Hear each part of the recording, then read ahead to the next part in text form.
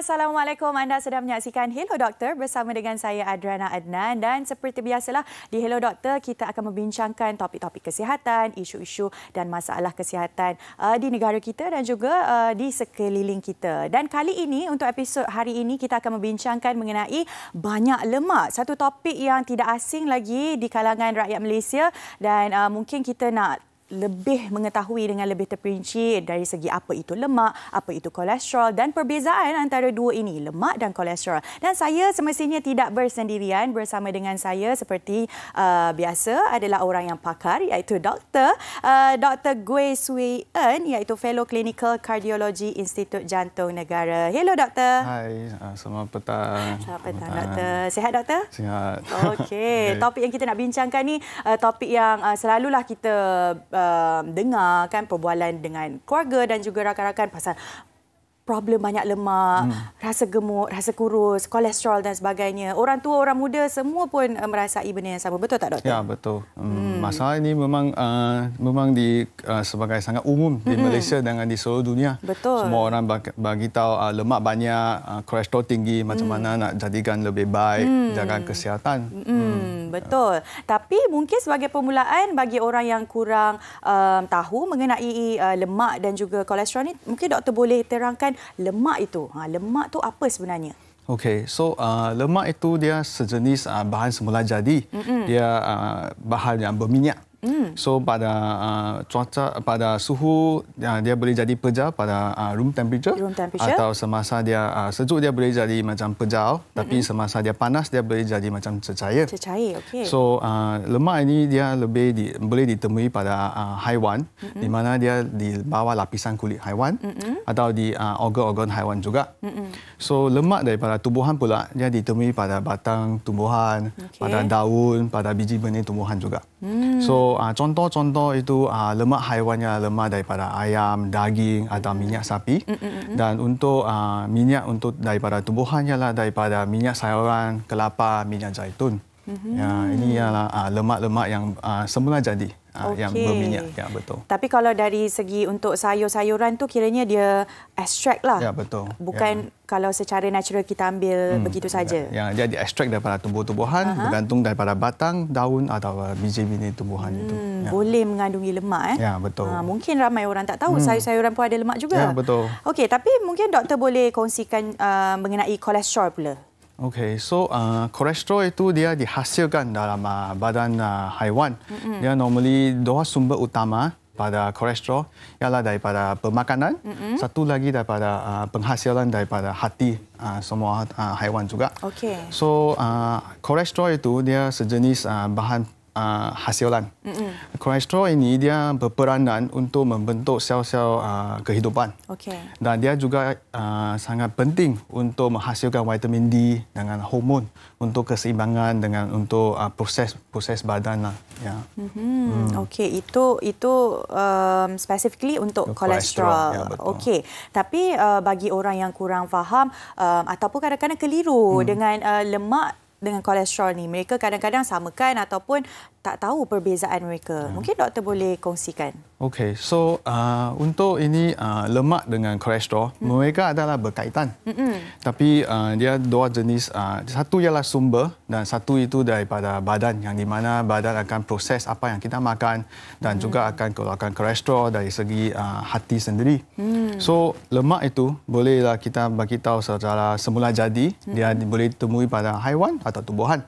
Tapi kolesterol itu datang pada badan kita sendiri yang badan kita yang mengeluarkannya. Ya betul. Tapi dua-dua ini ada berkaitan. Sebab lebih banyak bahan yang berlemak yang kita makan, secara langsungnya kita punya kolesterol pun akan tinggi juga.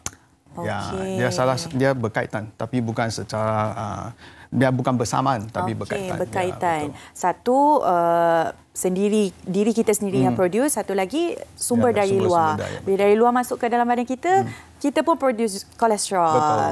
Okey, easy math. Okey, tapi boleh tak Doktor terangkan jenis-jenis lemak dan juga jenis-jenis kolesterol? Okey. So lemak secara umumnya kita boleh katakan ada 3 jenis lemak. Satu ialah lemak tepu, saturated fat atau lemak tak tepu, unsaturated fat. Dengan yang ketiga itu lemak trans. Lemak tepu ini normally dia sebagai pepejal pada suhu bilik. Tapi lemak tak tepu ini dia lebih kepada cecair pada suhu bilik. Manakala yang lemak trans itu dia sejenis bahan lemak yang buatan hasilan untuk tahan lebih lama. Dia sejenis lemak yang proses. Secara umum lemak tepu itu dia dikenali sebagai lemak yang jahat. Sama juga dengan lemak trans. Yang ini dua-dua yang lemak jahat. Lemak tak tepu itu terdiri daripada polyunsaturated fat atau monounsaturated fat. Yang lebih secara umum dikenali sebagai omega 3, omega 6, omega 9. Yang ini ada membawa kebaikan kepada kesihatan kita. Yang lemak jahat, yang lemak tepu dengan lemak trans itu yang dia ialah lemak yang mengandungi LDL yang tinggi, kolesterol yang tinggi. Yang ini dia lebih daripada produk-produk haiwan, kulit ayam, kulit daging, minyak sapi. Manakala yang tak tepu itu, yang monounsaturated atau polyunsaturated fat, dia lebih daripada tumbuhan macam minyak zaitun atau daripada minyak ikan kod atau salmon. Yang teruk itu lemak trans. Lemak trans yang itu untuk fast food atau makanan-makanan yang proses. Bergoreng. Makanan goreng, makanan yang untuk macam nugget, burger. Yang itu dia mengandungi lemak yang diproses sebab mereka boleh tahan lama. Yang normally kita beli daripada supermarket. Kita tengok yang boleh di bahagian yang sejuk beku sana, di mana mereka jual-jual nugget, burger ini yang mengandungi banyak lemak trans. Yang ini yang membahayakan kesihatan kita. Kenapa pula itu yang lebih banyak lemak? Sebab dia tahan lebih lama dan lepas tu kita kena goreng? Bukan, sebab dia satu ialah untuk menjadikan makanan itu boleh tahan lebih lama, instant food, fast food, so dia akan jadikan proses dia punya minyak itu. Yang minyak itu yang jadikan dia ada faktor-faktor yang jadikan dia tak sihat sebab dia ada risiko untuk dapat bara, kanser juga. Dan lepas itu kita akan goreng. Cara pemasakan juga akan efek makanan dengan kolesterol juga. Okey, itu tadi jenis-jenis lemak. Kalau jenis-jenis kolesterol pula macam mana, doktor? Okey. Kolesterol ada dua jenis kolesterol yang secara umum dia dikenali sebagai HDL, high density lipoprotein atau low density lipoprotein. High density maksudnya tinggi berkebutuhan tinggi. Dia punya density kolesterol itu dengan low ialah berketumpatan rendah. Ini HDL dengan LDL. Saya rasa semua orang akan tahu mengenai LDL dan HDL. HDL itu dia sejenis kolesterol yang baik. Sebab dia punya fungsi ialah cuba membawakan kolesterol yang buruk daripada saluran pengairan darah balik ke hati untuk diproseskan dan dikeluarkan dari badan. Dia dikenal sebagai kolesterol yang baik untuk kesihatan. Manakala yang LDL itu dia sejenis kolesterol yang akan jadikan penyakit-penyakit berlaku. Mengapa? Ialah sebab dia pergi ke berkumpul pada saluran darah, dinding saluran darah. Jadikan itu masalah aterosklerosis. Itu plak yang dekat sana. Semasa ini akan berlakunya penyakit koronari jantung, angin emas, stroke. Yang ini semua sebab daripada LDL, kolesterol. Betul. Maksudnya kolesterol yang kurang baik itu LDL yang akan pergi ke organ-organ dalaman. Betul. Usually dekat organ yang mana? Dia akan pergi ke mana-mana organ dan dia akan bertumpu pada dinding saluran darah. Seperti pesakit yang ada masalah jantung adalah disebabkan daripada saluran darah jantung, dia ada plak dekat sana. Maksudnya dia lepas daripada proses aterosklerosis, di mana LDL ini kolesterol dia pergi lekat pada dinding saluran darah, jadikan itu proses keradangan, banyak kimia datang. Pengaliran darah kepada jantung terjejas. Kita ada serangan jantung. Dan manakala pergi ke otak, dia akan jadikan stroke sebab pengaliran darah ke otak terjejas. Betul. Banyak jugalah komplikasinya. Tapi kita akan bincang dengan lebih terperinci lagi mengenai mungkin komplikasi dan juga faktor-faktor kolesterol dan lemak-lemak yang tertumpu di organ dalaman. Selepas ini, anda jangan ke mana-mana. Kembali selepas ini dalam Hello Doktor.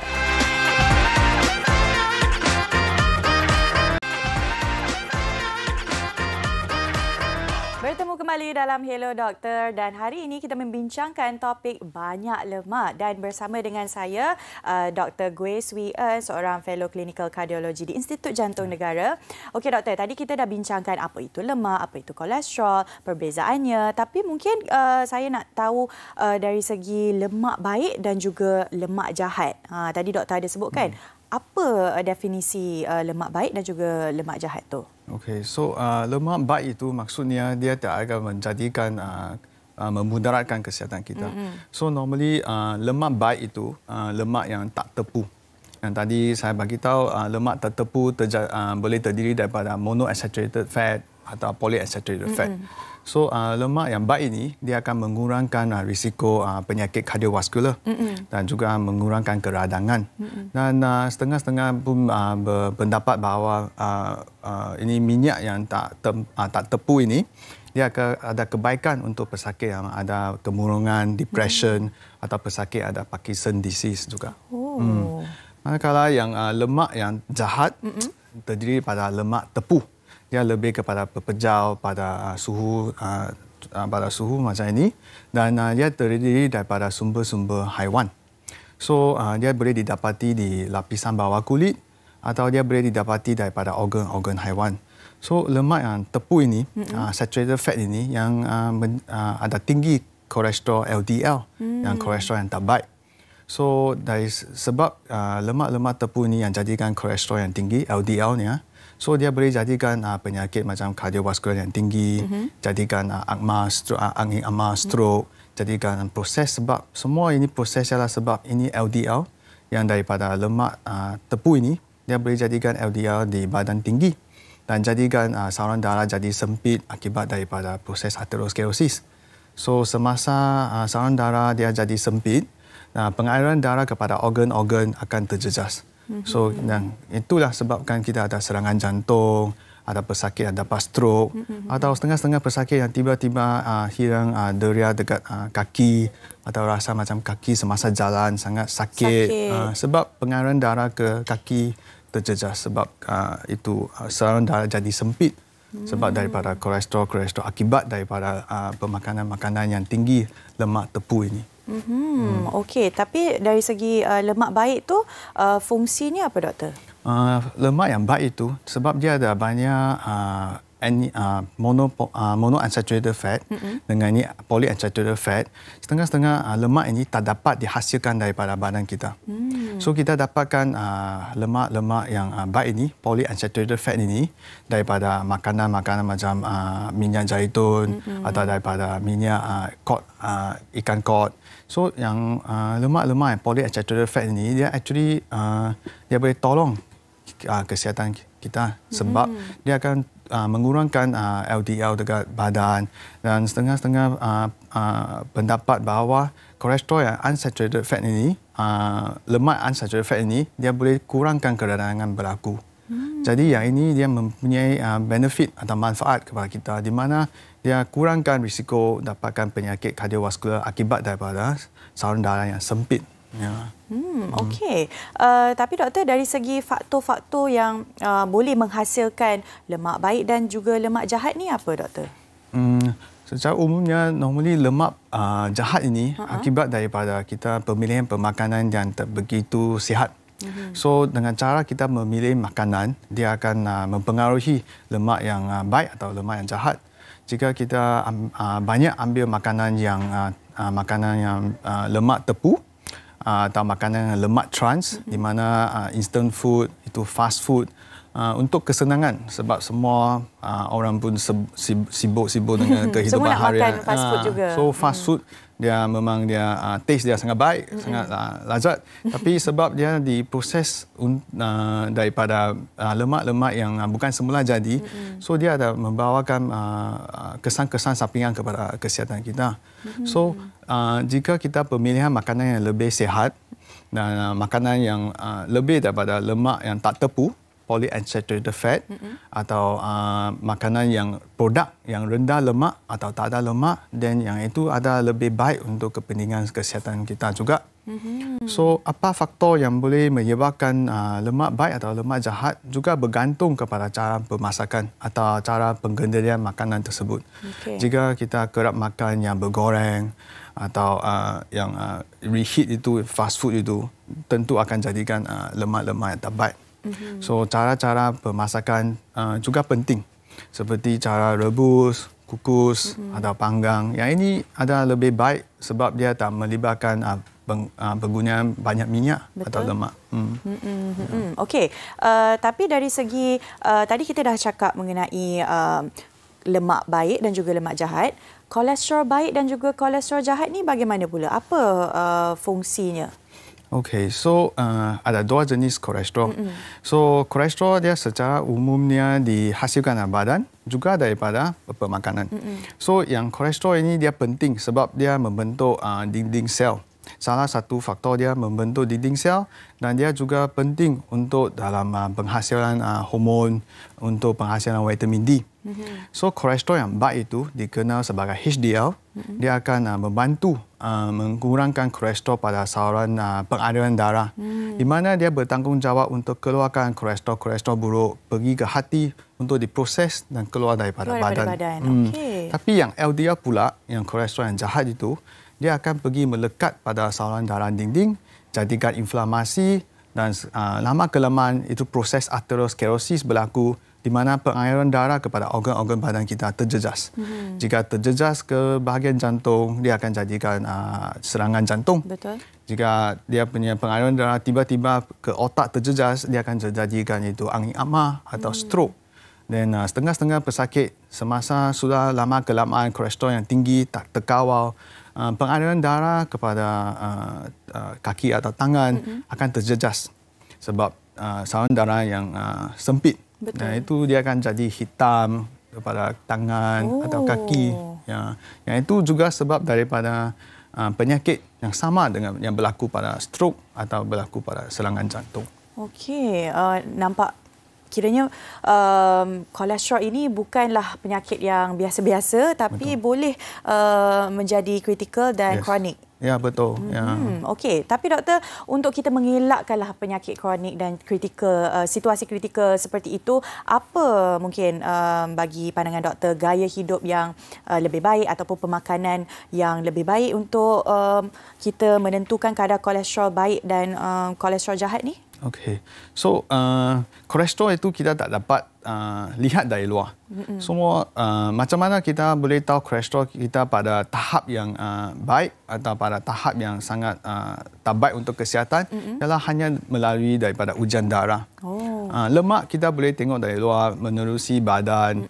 Tapi untuk kolesterol dia hanya dapat dikesan melalui pengambilan darah.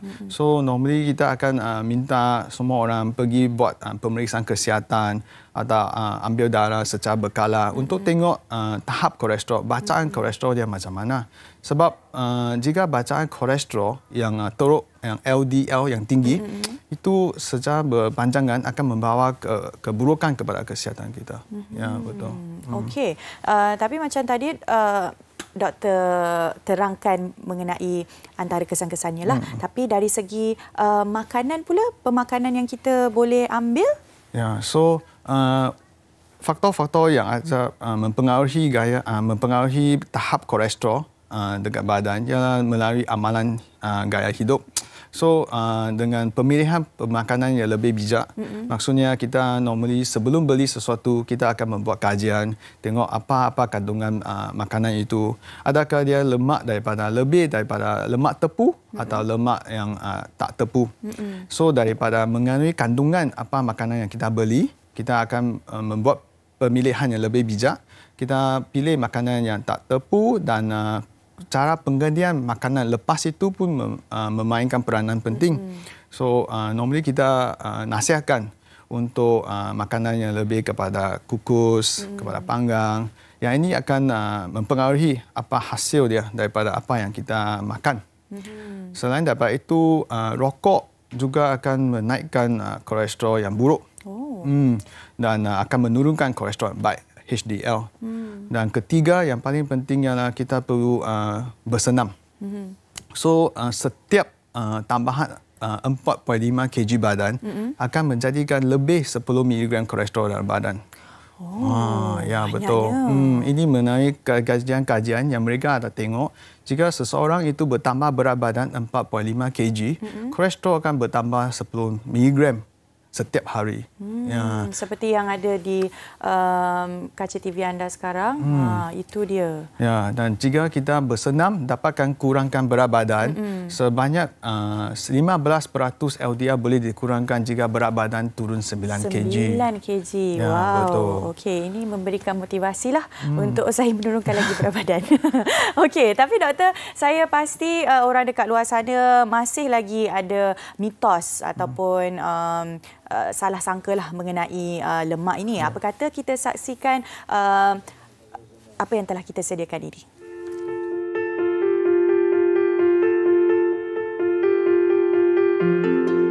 Betul ke lotion panas bantu pecahkan lemak dalam badan? Mitos. Lotion panas ini lebih kepada memberikan rasa sensasi panas pada kulit, namun ia tidak membantu untuk memecahkan lemak dalam badan. Betul ke minum air manis dan air gas menjadi punca terhasilnya lemak dalam badan? Fakta. Minum minuman manis ataupun minuman bergas yang tinggi gula juga punca terhasilnya lemak. Hal ini kerana apabila gula berlebihan, ia akan menghasilkan kalori yang berlebihan tanpa rasa kenyang. Okey, kebiasaannya kalori yang berlebihan daripada minuman manis atau bergas ini akan disimpan sebagai lemak. Betul ke elak makan kulit ayam dapat kurangkan lemak dalam badan? Fakta. Kerana apabila kita buang kulit ayam, itu merupakan langkah yang terbaik untuk mengurangkan lemak dalam badan. Betul ke berpuasa dapat bantu kurangkan berat badan dan lemak dalam badan? Fakta, berpuasa dapat kurangkan lemak dalam badan. Hal ini kerana apabila kita berpuasa, waktu makan kita akan menjadi terhad. Okey, jadi apabila tiada makanan masuk ke dalam badan, badan kita akan menggunakan stok tenaga daripada karbohidrat termasuk lemak. Di situ akan ada pengurangan lemak. Betul ke minum air sejuk boleh menyebabkan lemak membeku dalam badan? Mitos, minum minuman ais ataupun minuman sejuk tidak akan menyebabkan lemak membeku ataupun mempunyai sifat yang dapat membekukan lemak.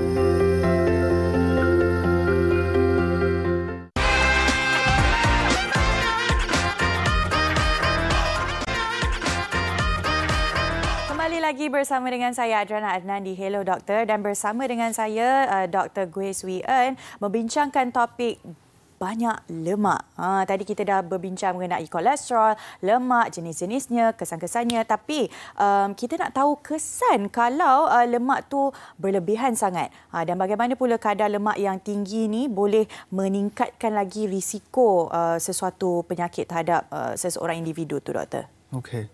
So, lemak berlebihan ini akan berlaku di mana lemak berlebihan dia tak dapat digunakan oleh badan sebagai sumber tenaga. Sebab lemak itu dia salah satu jenis makronutrien di mana dia akan membekalkan tenaga kepada badan untuk menjalankan aktiviti harian. 1 gram lemak boleh membagikan 9 kilokalori. Tapi semasa kita terlebih banyak makanan yang berlemak, tapi kita kurang bergerak, dia punya kalori akan lebih tinggi, di mana penggunaan kurang daripada apa yang kita ada. Kalori yang bertambahan ini atau ini pemakanan yang ekstra ini, dia akan disimpan sebagai lemak dalam badan, di mana di bawah lapisan kulit atau di organ-organ atau di selaput organ-organ yang jadikan masalah kesihatan. So, masalah kesihatan yang paling umum di seluruh dunia adalah masalah kegemukan atau kita dikenali istilah kesihatan perubatan ialah obesiti. Obesiti, betul. Ya. So, obesiti ini salah satu proses keradangan yang di badan di mana dia satu penyakit kronik. So, sebelum ini kita rasa badan yang gemuk atau berbadan yang sangat berat, itu salah satu cara hidup tak ada membawa apa-apa kesan kepada kesihatan. Tapi yang badan lemak tinggi ini yang jadikan kita obesiti ini, dia jadikan proses keradangan berlaku pada badan. Dia akan membawa banyak-banyak kesan sampingan kepada kesihatan dan kepada cara-cara hidup kesihatan kita. So seluruh dunia sekarang tengah menghadapi penyakit obesiti ini. Betul. Ya. So di Asia Tenggara, Malaysia merupakan negara yang paling banyak penduduk yang obes. Kita ialah champion untuk penduduk yang obes di Asia Tenggara ini. Dan sebab orang-orang Asia yang lebih berbadan kecil, berbadan rendah, so yang ukuran BMI itu dia adalah berlainan daripada seluruh dunia di mana orang barat yang lebih tinggi. Betul. So BMI yang lebih daripada 25 dikenal sebagai badan yang berlebihan. Overweight. Tapi di Asia Tenggara, untuk BMI yang 23, dia sudah dikenali sebagai overweight. Dan BMI yang lebih daripada 27, dia sudah dikira sebagai obes. Ya, tapi di barat pula, dia lebih daripada 30. So kita boleh tengok dari sini, orang-orang Asia Tenggara sini dia lebih ada banyak penduduk atau yang ada obes, masalah obesiti ini. So obesiti ini berlelosa di Malaysia. Nombor 2 ke doktor? Nombor 1. Nombor 1, champion di Asia Tenggara. So satu perkara yang kita patut patiri. Betul. So banyak penduduk di Malaysia, banyak rakyat Malaysia yang ada masalah obesiti ini. Dan dia disebabkan daripada makanan berlemak atau makanan kalori yang tinggi di mana badan tak dapat menggunakan sumber tenaga itu. Dan sumber pemakanan yang ekstra ini, yang berlebihan ini akan disimpan sebagai lemak. So terjadinya ini masalah obesiti. So masalah obesiti ini dia akan memberikan kesan-kesan sampingan. Kesan daripada sebab kita punya paras gula akan naik. Betul. Sebab badan kita ada hormon insulin. Hormon insulin ini untuk jaga paras gula pada paras yang optimal. Tapi semasa kita berlemak tinggi, obesiti itu berlaku, badan kita akan kurang sensitif kepada insulin ini. So kita akan jadi senang untuk dapat penyakit diabetes di mana paras gula akan naik.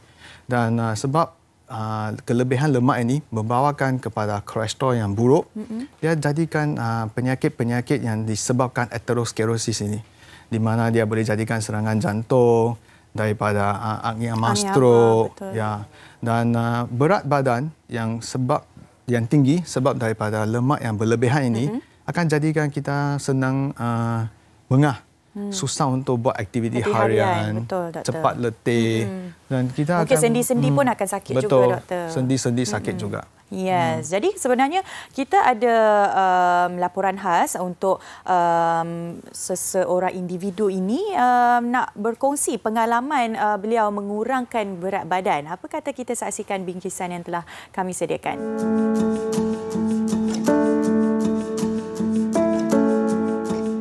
Sebelum ni berat saya 80 kilo lah. Sekarang ni berat saya 55 kilo selepas 5 bulan saya berdiet. Dan saya nak kena capai target 50 kilo. So kena turunkan lagi 5 kilo lah. Saya Nur Fatimah Nadia binti Nozula. Umur 37 tahun ni. Dah ada 4 orang anak lah. Masa saya pregnant tu, bila sepanjang mengandung tu asyik nak makan je. Sebab jenis yang darah rendah. Kalau tak makan jadi nak pitam.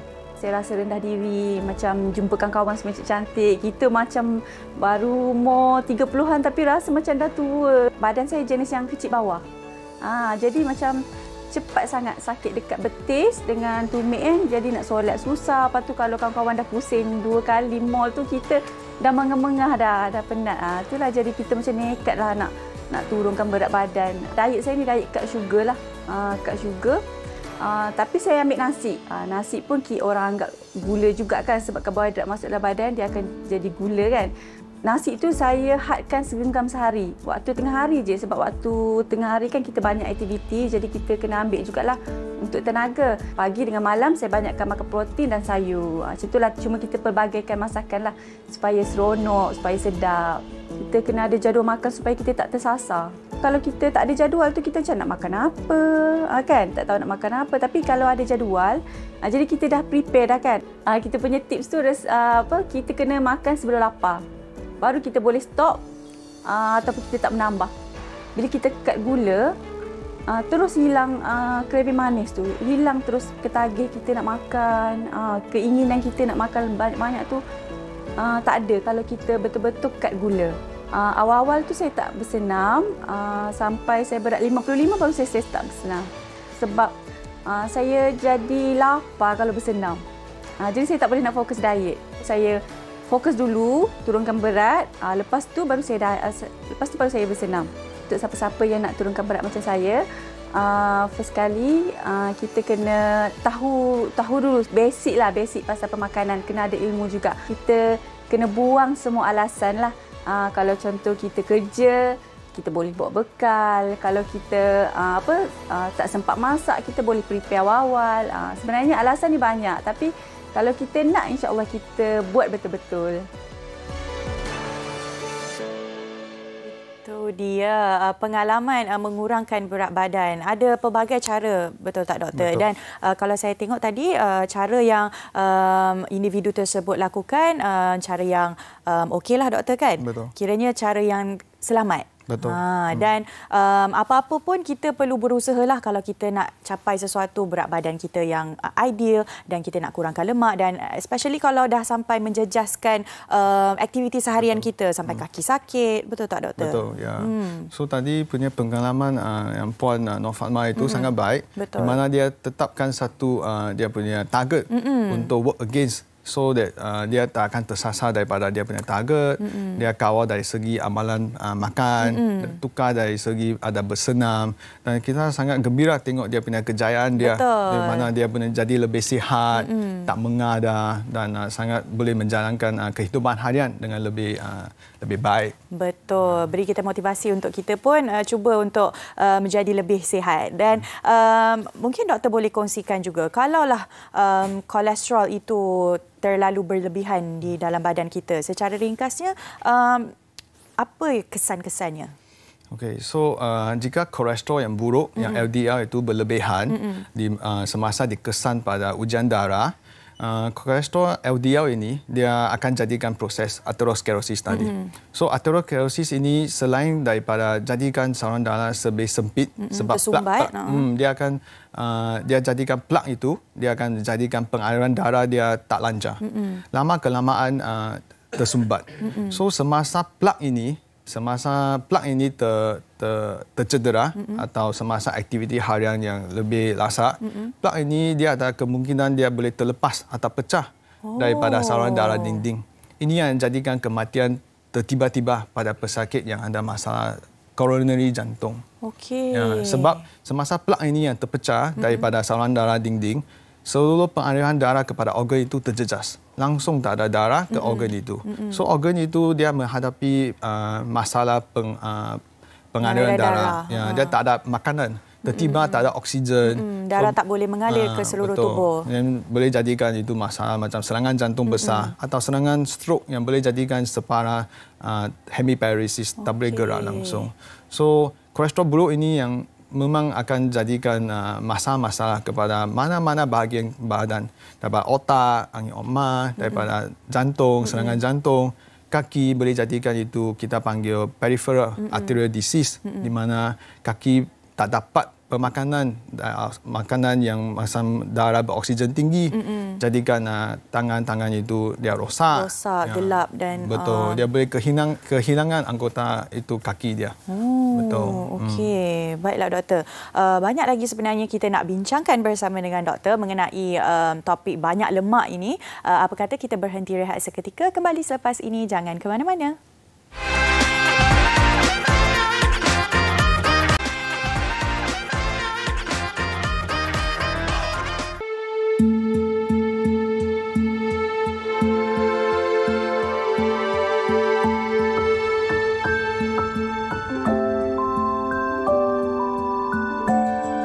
Kekejangan otot adalah satu keadaan di mana otot kita mengalami pengecutan secara tidak terkawal yang langsung tak rileks sehingga menyebabkan sakit yang melampau. Muscle cramp ni paling kerap berlaku di kalangan wanita mengandung dan juga wanita menyusu, dan ini adalah disebabkan oleh ketidakseimbangan garam galian di dalam darah. Selain itu, fenomena kekejangan otot juga boleh berlaku disebabkan oleh dehidrasi, sama ada sebab kurang minum air ataupun terlampau banyak peluh, contohnya ketika cuaca panas. Kawasan yang paling kerap dapat kekejangan otot adalah betis, peha dan juga pinggul. Jika anda berhadapan dengan mangsa yang mengalami kekejangan otot, bantu mangsa untuk duduk ataupun baring. Berikan mangsa air mineral ataupun air isotonik, juga boleh berikan pisang untuk dimakan kerana ia mempunyai kandungan mineral yang tinggi yang boleh diserap dengan cepat. Bantu mangsa untuk regangkan otot dia. Maksudnya luruskan kaki tu, luruskan lebih kurang 30 saat hingga 60 saat dan kemudian lipat balik, ulangi langkah tersebut lebih kurang 3 hingga 5 kali. Setelah rasa kram berkurang sedikit, tinggikan paras kaki dan biarkan dalam posisi sebegitu dalam lebih kurang 10 hingga 15 minit.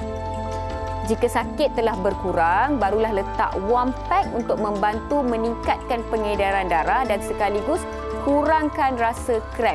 Jika rasa kram tu berterusan lebih daripada 30 minit ataupun mangsa mula berasa sakit dada, sila bawa ke hospital dengan segera.